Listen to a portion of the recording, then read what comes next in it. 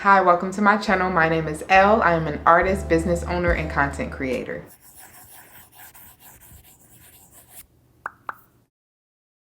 You probably clicked on this video because you're an artist who wants to make money with your art, but you hate commission work. And if you're anything like me, you probably become uninspired and very uninterested when someone asks you to do a specific custom piece for them. I have started so many businesses in the past and they all failed, everywhere from photography, web development, and graphic design. And guess what they all had in common? They were commission based. Now fast forward to today, I have a successful business that I absolutely love, literally my baby. And it's because it's not commission based. So go ahead and subscribe if you haven't already. Click the notification buttons if you like art content, business content, and lifestyle content. And let's jump right into the video. When people think of an artist, they initially think of a commission based artist, someone who gets paid to draw things for their clients. But newsflash, artists are not human printers. We don't just print on demand exactly what clients want. We actually have to be inspired and love what we do in order to create the masterpieces and the items that we love dearly. And sometimes creating commission-based art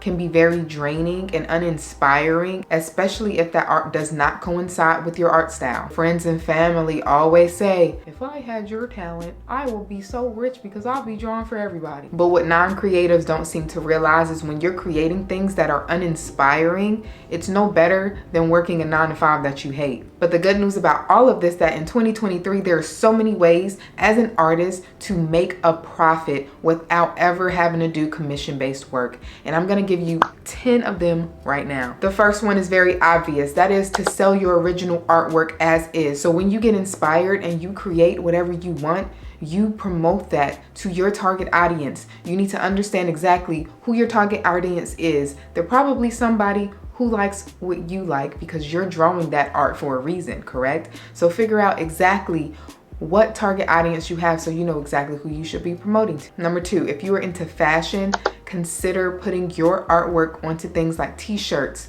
jeans, hats, you name it. If you're the type of artist who's always drawn to accessories, consider putting your art on keychains and stickers. If you're someone that's into stationery, consider putting your art onto notebooks, cards, bookmarks. If you're someone who tends to decorate their car with 1,000 decals and bumper stickers, consider putting your art onto decals and bumper stickers and selling them to people who like those things. And if you like to accessorize your tech items like your phone, laptop, consider making phone cases, laptop covers, iPad covers, AirPod covers. And if you're the type of person who loves to carry a nice bag around, consider selling tote bags. If you like to crochet, also add in crochet bags. If you're the type of person that's into content creation and you love creating animations for yourself, consider creating animation for content creators where they can easily download your art and add it to their videos. And lastly, you don't even have to be hands-on with anything where you're making your t-shirts or making your phone cases. If you want to be completely hands-off,